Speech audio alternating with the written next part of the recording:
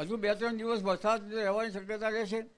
ગણેશ ચતુર્થી ઉપર પણ વરસાદ થવાની શક્યતા રહેશે, જેમાં મધ્ય ગુજરાતના ભાગમાં હળવા ભારે વરસાદી ઝાપટા પડવાની શક્યતા રહેશે.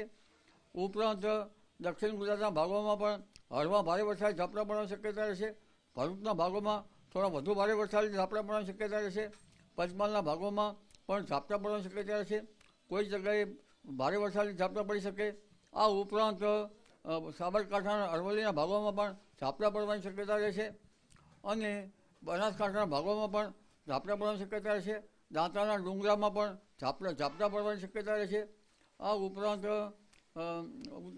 કચ્છના કેટલાક ભાગોમાં પણ ઝાપટા પડવાની શક્યતા રહેશે.